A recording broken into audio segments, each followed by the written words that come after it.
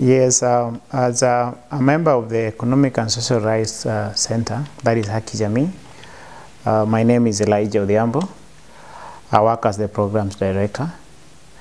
Kenya is going through a system of reforms, and this is very key to us. In terms of the provisions of our constitutions, we have Article 10 of the Constitution that provides the general principles and values that are supposed to promote issues of accountability, issues of transparency, and people's participation.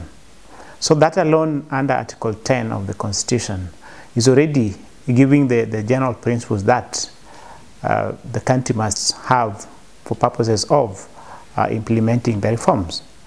Two, there's a whole chapter on the Bill of Rights that identify key issues like human dignity, issues of equality, and non-discrimination.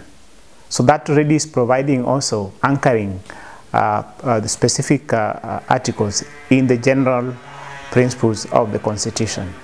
Finally, under Article 12, we have the question of public financing, where one of the principles of public financing is people's participation and accountability in the systems. So basically what therefore this requires is that we have a government which will put in place a system that will not only be inviting people to participate, but we have a system that in itself demands accountability from both the duty bearer and the rights holders. As one of the key requirements of that same constitution, Article 3 of that same constitution demands that every Kenyan has a responsibility to protect and demand what is provided for in that constitution and to protect the constitution itself.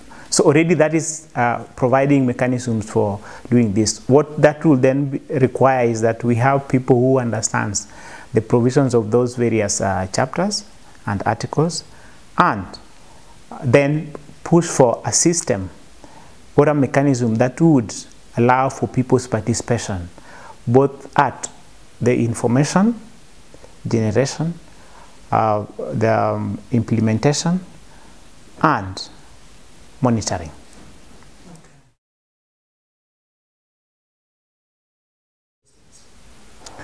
Yes, one of the tools, especially in realizing the aspirations of Kenyans as captured in this constitution, is the question of resources.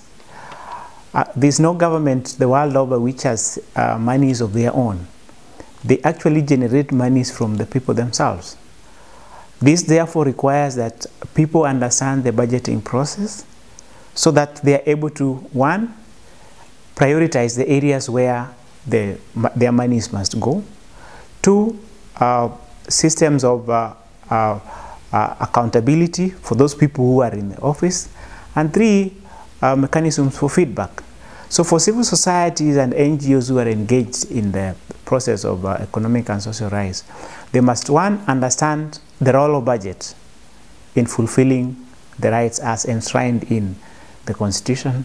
Two, they must be able also to understand and connect the national obligations with international obligations. Three, the question and the role of the media in terms of making some of these processes accountable, and putting systems and processes that would then open up the system of government information for public scrutiny is going to be very key.